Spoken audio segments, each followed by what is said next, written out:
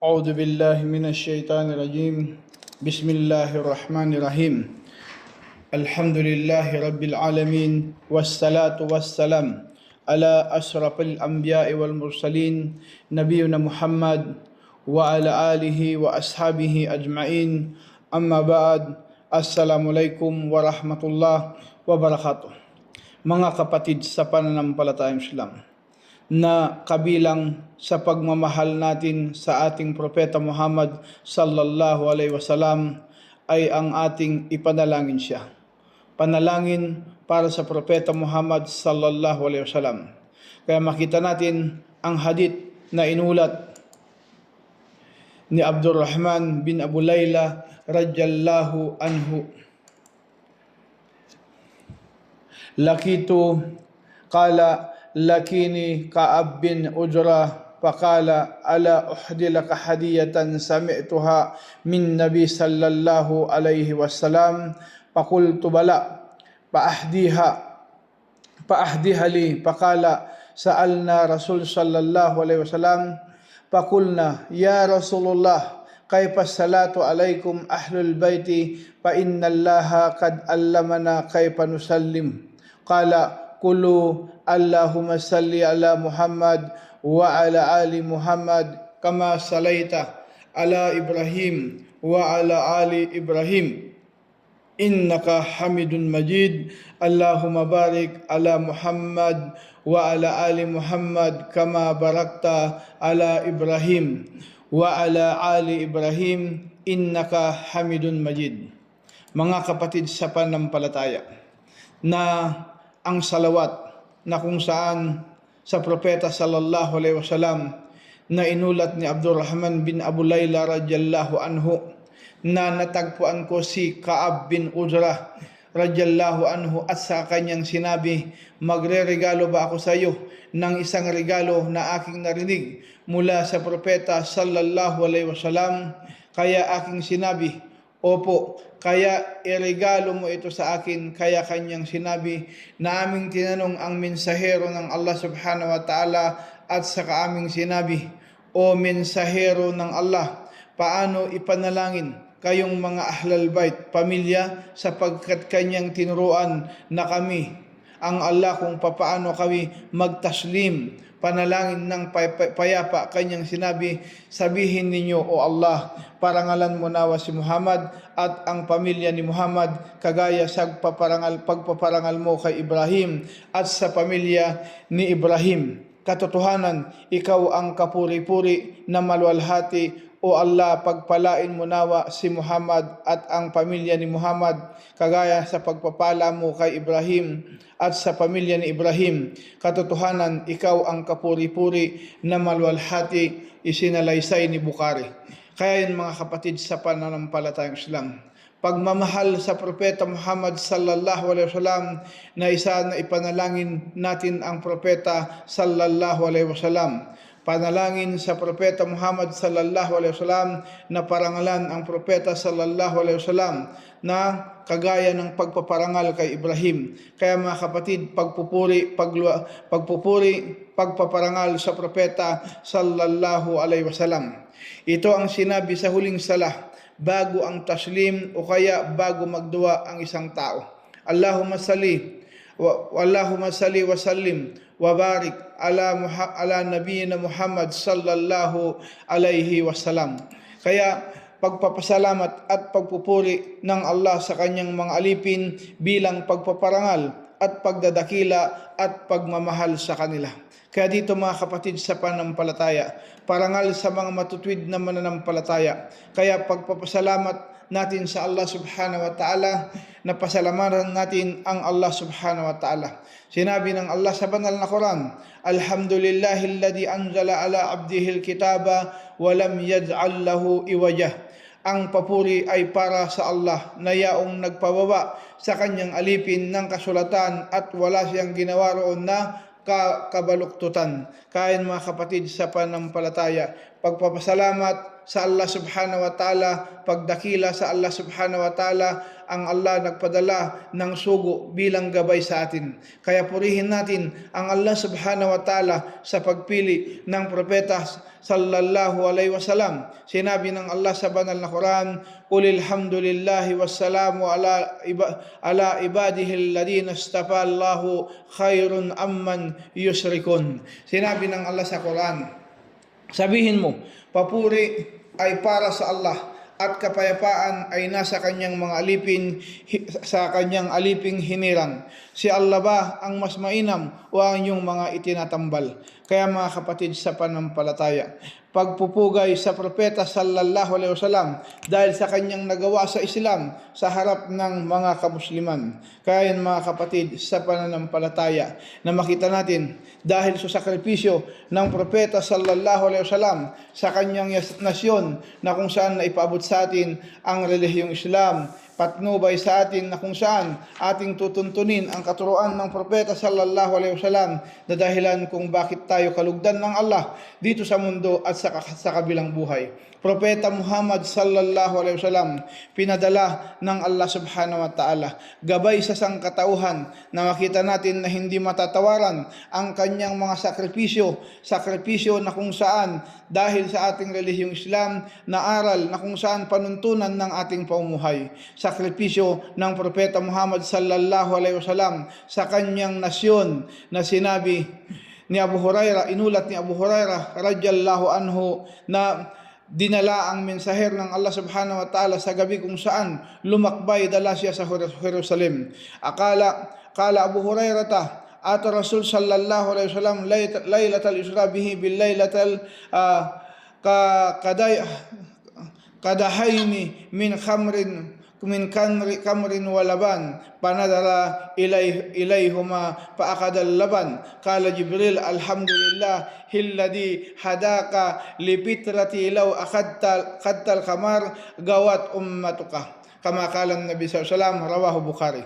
Sinabi ni Abu Hurairah radhiyallahu anhu na dinala ang mensahero ng Allah subhanahu wa ta'ala sa gabi kung saan lumakbay dala siya sa Jerusalem. Binigyan siya ng 2 tasa, na ang isa ay alak at ang isa ay gatas. Tiningnan niya ang mga ito at kinuha ng propeta sallallahu alaihi wasallam ang gatas.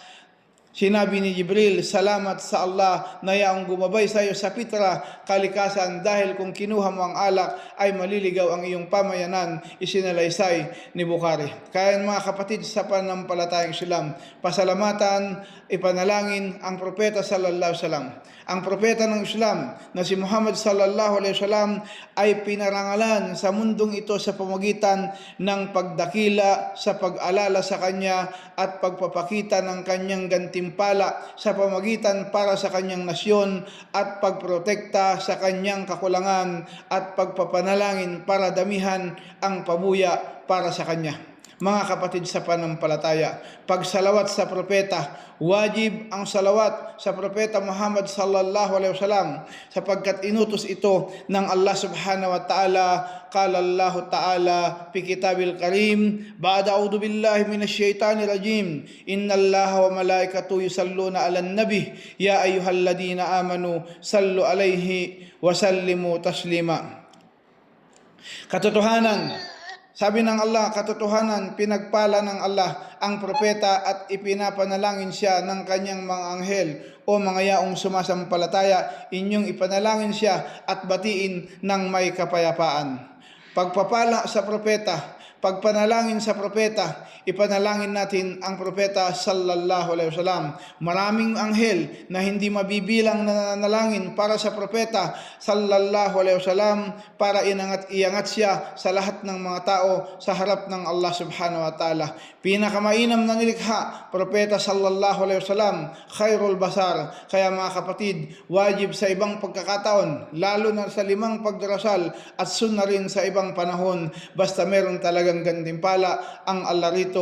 Kaya mga kapatid sa panampalatayang Islam, pagmamahal sa propeta, ipanalangin ang propeta sallallahu alaihi wasallam. Kaya makita natin na kuripot ang hindi niya pinapanalangin ang propeta sallallahu alaihi wasallam na inulat ni Ali bin Abi Talib radhiyallahu anhu. An Ali bin Abi Talib قال رسول صلى الله عليه وسلم البخيل الذين لم دو البخيل الذي man dukirtu inda palam yusalli alayya. Sinabi ng propeta sallallahu alaihi wasallam na inulat ni Ali radhiyallahu anhu na sinabi ng mensahero ng Allah, kuripot ang yaong binanggit ako sa kanyang piling at hindi niya ako pinanalangin. Isinalaysay ni Ahmad at itinama ni Albani.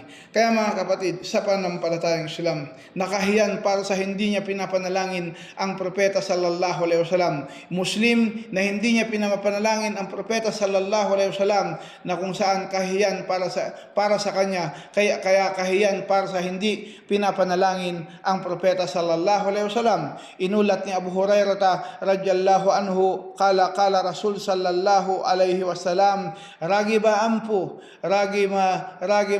rajulun dukirtu indahu falam yusalli alayya wa ragima ampu rajulun dakhala alaihi Ramadan thumma ansalakha qabla an yagfara lahu wa ragima ampu rajulun adraka indahu abuhul kibar falam yudkhiluhul jannah, rawahu Tirmidhi. Mga kapatid sa pananampalataya, inulat ni Abu Hurairah, kalugdan nawa siya ng Allah, na sinabi ng mensahero ng Allah subhanahu wa ta'ala, lalagyan ng lupa ang ilong ng tao sa kahiyan na binanggit ako sa kanya at saka hindi man lang ako pinalangin. Lalagyan ng lupa ang ilong ng taong sumapit sa kanya ang Ramadan at pagkatapos ay aalis na ito bago pa siya patatawarin. Lagyan ng lupa ang ilong ng tao na naabutan ang piling ng kanyang mga magulang sa katandaan at saka hindi naman siya ipapasok nila sa paraiso. Isinalaysay ni Tirmidhi at iginawang hasan ni Albani. Kaya mga kapatid sa pananampalataya, pagmamahal sa propeta, pagpupugay sa propeta Muhammad sallallahu alaihi wasallam. Kaya pwede ba gamitin ang salawat sa ibang tao? Ang salawat sa ibang tao ay pagpapanalangin sa Allah na patawarin nawa siya o biyayaan, parangalan, ay wala namang problema dito. Lalo na sa ating pagdarasal na sinasali ang pamilya ni Muhammad, kanyang kasamahan at lahat ng mananampalataya, gayon din sa nagbibigay ng zaka. Ngunit huwag itong gawing parang slogan na kapag nabanggit niya ay kailangan bagitin ito dahil para bang ginawa mo na siyang parang propeta. Kaya mga kapatid sa pananampalataya, propeta Muhammad sallallahu alaihi wasallam na magpugay sa kanya, ipanalangin ang propeta sallallahu alaihi wasallam dahil umaabot ito sa propeta sallallahu alaihi wasallam. Na inulat ni Abu Darda radhiyallahu anhu, qala Rasul sallallahu alaihi wasallam, akthirus salata alayya يوم الجمعة فإنه مشهود تشهده الملائكة وإن أحد لن يصلي علي إلا غردت علي صلاته حتى يفرغ منها. قال قلت وبعد الموت؟ قال إن الله حرم على الأرض أن تأكل أجساد الأنبياء فالنبي الله حي يرزق. rawahu Ibn Majah. Inulat ni Abu Dar radhiyallahu anhu, ni Abu Darda, kalugdan nawa siya ng Allah, na sinabi ng mensahero ng Allah subhanahu wa ta'ala, damihan ninyo ang panalangin para sa akin sa araw ng Biyernes, sapagkat ito ay talagang masaksihan na sinaksihan ng mga anghel at katotohanan walang sino mang nananalangin para sa akin bukod na ilalahad ito sa akin ang kanyang panalangin hanggang sa makatapos siya mula rito. Aking sinabi, kahit pagkatapos ng kamatayan kanyang sinabi, katotohanan ipagbabawal ng Allah sa lupa, pinagbawal ng Allah sa lupa na kainin ang mga katawan ng mga propeta. Kaya ang propeta ng Allah ay buhay na binibiyayaan. Isinalaysay ni Ibn Majah at itinama ni Albani. Kaya mga kapatid sa pananampalatayang Islam, may pabuya ang nananalangin, ang ipinapanalangin niya ang propeta sallallahu alaihi wasallam, na inulat ni Abdullah bin Omar bin As annahu sami'a an-nabi sallallahu alaihi wasallam yaqul idha sami'tumul muaddin faqulu mitla ma yaqulu thumma sallu alayya fa innahu man salla alayya salatan sallallahu alaihi biha asara thumma sallu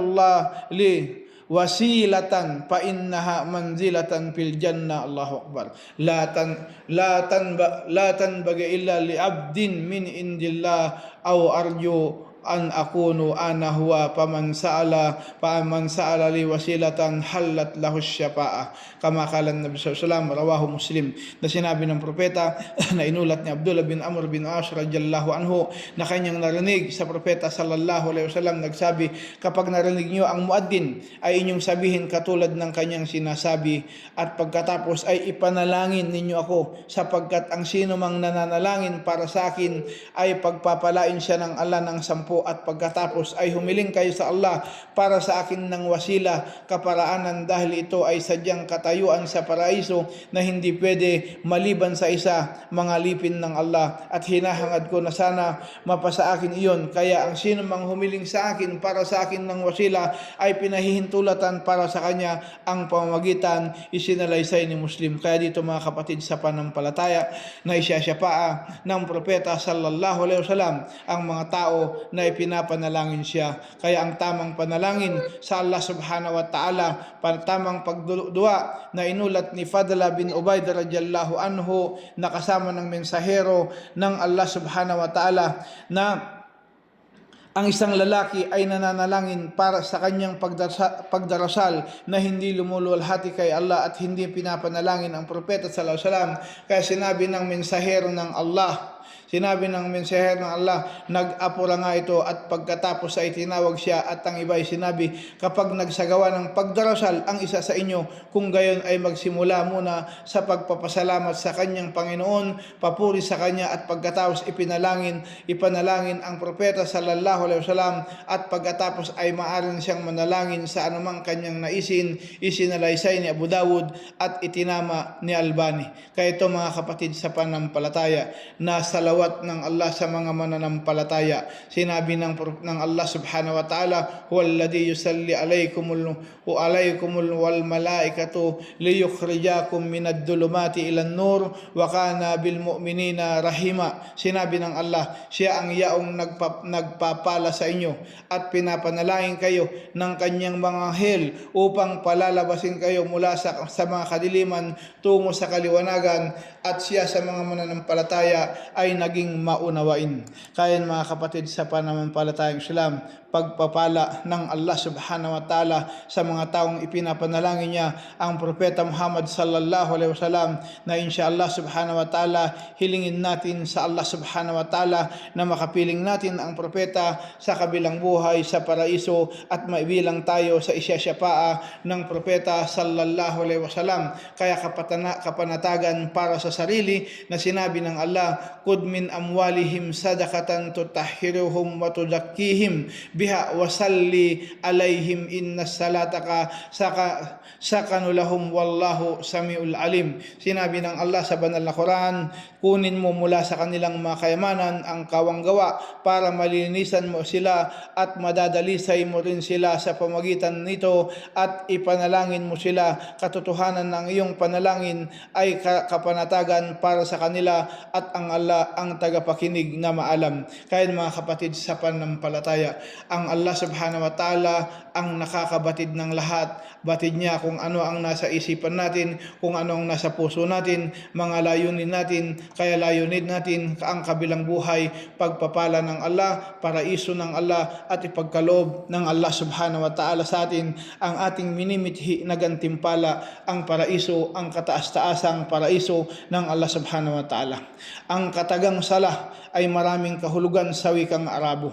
Kaya kung titingnan natin mga kapatid sa panampalataya, na iba ang paniniwala, ay iba ang pangunawa ng mga walang pananampalataya. Kaya inshallah mailinaw natin sa kanila na ang katagang sala ay maraming kahulugan sa wikang Arabo. Kaya dapat bumalik sa mga diksyonaryo sa wikang Arabo mismo, hindi sa diksyonaryo na nagsalin lamang. Kaya dito mga kapatid, mga kahulugan ng katagang salla, kaya makita natin na ibig sabihin sallan nara, salla bin nar, salla alan nar, salla bin nar, o salla adkalahu piha, ihinagis sa apoy, o ipasok roon ang kahulugan ng salla rito. Tummal jahima sallu, At pagkatapos sa impyerno ay ihahagis ninyo sila. Kaya ihahagis ninyo siya. Kaya makita nga kahulugan ng sala. Mga kahulugan ng katagang sala.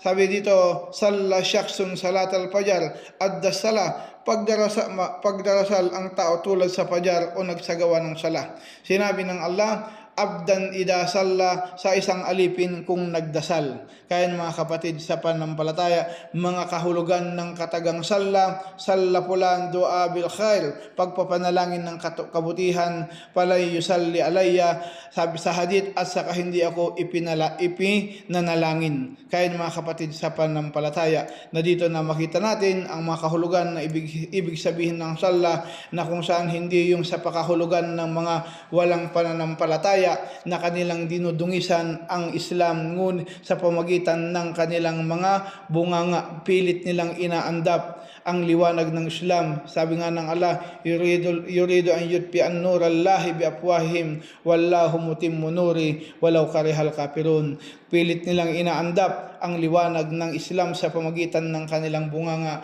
ngunit ang liwanag ng Islam ay mananatili at hindi ito magmamaliw. Kaya mga kapatid sa pananampalataya, mga kahulugan ng katagang sallallahu ala rasulih ad-du'a lahu happahu bi barakatihi wa baraka alayhi wa ahsanu alayhi sana'ah.